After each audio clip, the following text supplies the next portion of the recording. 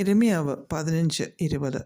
അവർ നിന്നോട് യുദ്ധം ചെയ്യും, ജയിക്കുകയില്ല. നിന്നെ രക്ഷിപ്പാനും വിടുവിപ്പാനും ഞാൻ നിന്നോട് കൂടെയുണ്ട് എന്ന യഹോവയുടെ അരുളപ്പാട്. ദൈവം തന്നോടായിരിക്കേണ്ട രീതിയിൽ വിശ്വസ്തനല്ല എന്ന് യിരെമ്യാവ് ദൈവത്തെ കുറ്റപ്പെടുത്തി. അങ്ങനെയുള്ള വാക്കുകളെക്കുറിച്ച് പശ്ചാത്തപിക്കുവാൻ ദൈവം ആവശ്യപ്പെടുകയും തുടർന്ന് യിരെമ്യാവിൻ്റെ വിളിയെക്കുറിച്ചുള്ള പുതുക്കലും വാഗ്ദത്തവും നൽകുന്നതാണ് നാം ഈ ഭാഗത്ത് വായിക്കുന്നത്. ഒരു ശത്രുവിന് യുദ്ധം ചെയ്താൽ പോലും ജയിക്കുവാൻ സാധിക്കാത്തതുപോലെ യിരെമ്യാവെ ആക്കുമെന്ന് ദൈവം പറയുന്നു. അമാനുഷികതയൊന്നും നൽകിയിട്ടല്ല, ദൈവം കൂടെയിരിക്കാമെന്ന് വാഗ്ദത്തം ചെയ്തു. അതുകൊണ്ടാണ് ദൈവം നമ്മോട് കൂടെയുണ്ടെങ്കിൽ നമുക്ക് ആരെയും ഒന്നിനെയും പേടിക്കേണ്ട. കാരണം ദൈവം നിയന്ത്രണം ഏറ്റെടുത്തുകൊള്ളും. യിരെമ്യാവ് 1:19 യിരെമ്യാവോട് ദൈവം ഇതേ വാക്കുകൾ തന്നെ പറഞ്ഞിരിക്കുന്നു.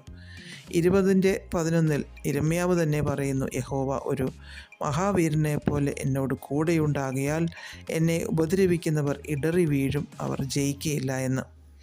യെശയ്യാവ് 25:4 ഭയങ്കരന്മാരുടെ ചീറ്റിൽ മതിലിന് നേരെ കൊടുങ്കാറ്റ് പോലെ അടിക്കുമ്പോൾ നീ എളിയവനൊരു ദുർഗവും ദരിദ്രന് അവൻ്റെ കഷ്ടത്തിലൊരു കോട്ടയും കൊടുങ്കാറ്റിൽ ഒരു ശരണവും ഉഷ്ണത്തിൽ ഒരു തണലും ആയിരിക്കുന്നു എന്ന് പറഞ്ഞിരിക്കുന്നു.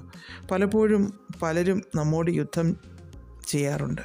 അത് ദൃശ്യമേഖലയിലും അദൃശ്യമേഖലയിലും നമുക്ക് അറിയുവാൻ സാധിക്കും. രോഗം നമ്മോട് യുദ്ധം ചെയ്യാറുണ്ട്. അപ്പോൾ റാഫയായി ദൈവം നമ്മോട് കൂടിയിരിക്കും. കുടുംബത്തിൽ സാമ്പത്തിക ബുദ്ധിമുട്ടുകളും അസ്വസ്ഥതകളും നമ്മെ അലട്ടാറുണ്ട്, ഞെരുക്കാറുണ്ട്, തളർത്താറുണ്ട്. ദൈവം അപ്പോൾ ഈരയായി കൂടിയിരിക്കും. സമാധാനത്തെ കെടുത്തിക്കളഞ്ഞ് നമ്മുടെ ജീവിതത്തെ ദുരിതപൂർണ്ണമാക്കുവാൻ ശ്രമിക്കാറുണ്ട് ശത്രുശക്തികൾ. അപ്പോൾ ശാലോമായി നമ്മുടെ കൂടെ ഇരുന്ന് നമ്മെ ജയാളിയാക്കും.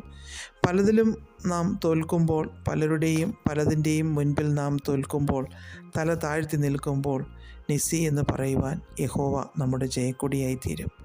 പലരും നമ്മോട് എതിർത്ത് തോൽപ്പിക്കുവാൻ കച്ചകെട്ടിയിറങ്ങും. അവർ ജയിക്കില്ല. കാരണം നമുക്കായി യുദ്ധം ചെയ്യുന്നത് കർത്താവാണ്. രോഗം നമ്മെ തോൽപ്പിക്കില്ല, ശാപം നമ്മെ തോൽപ്പിക്കില്ല, ദാരിദ്ര്യം നമ്മെ തോൽപ്പിക്കില്ല, ഒന്നിനും നമ്മെ തോൽപ്പിക്കാനാവില്ല. നമ്മുടെ ദൈവം മൗനമായിരിക്കാതെ നമുക്കായി എഴുന്നേൽക്കും. ശത്രുശക്തിയെ തോൽപ്പിച്ച് നമ്മെ രക്ഷിക്കും, വിടുവിക്കും, പാറമേൽ ഉയർത്തി നിർത്തും. മത്സരത്തിൽ പങ്കെടുത്ത് ജയിക്കുന്നവർ വിക്ടറി പോഡിയത്തിൽ നിന്ന് ട്രോഫി വാങ്ങുന്നത് പോലെ നമ്മെയും സർവശക്തനായ ദൈവം ജയിപ്പിച്ച് ക്രിസ്തുവാകുന്ന പാറമേൽ ഉയർത്തി നിർത്തി ലോകത്തെ കാണിക്കും. യുദ്ധം യഹോവയ്ക്കുള്ളതാകയാൽ നമുക്ക് സ്വസ്ഥമായിരിക്കാം. ജയം നമുക്കുറപ്പ്. പ്രാർത്ഥിക്കാം. പ്രിയപിതാവേ, അങ്ങ് ഞങ്ങൾക്കായി യുദ്ധം ചെയ്യുന്നതിനായി സ്തോത്രം ചെയ്യുന്നു.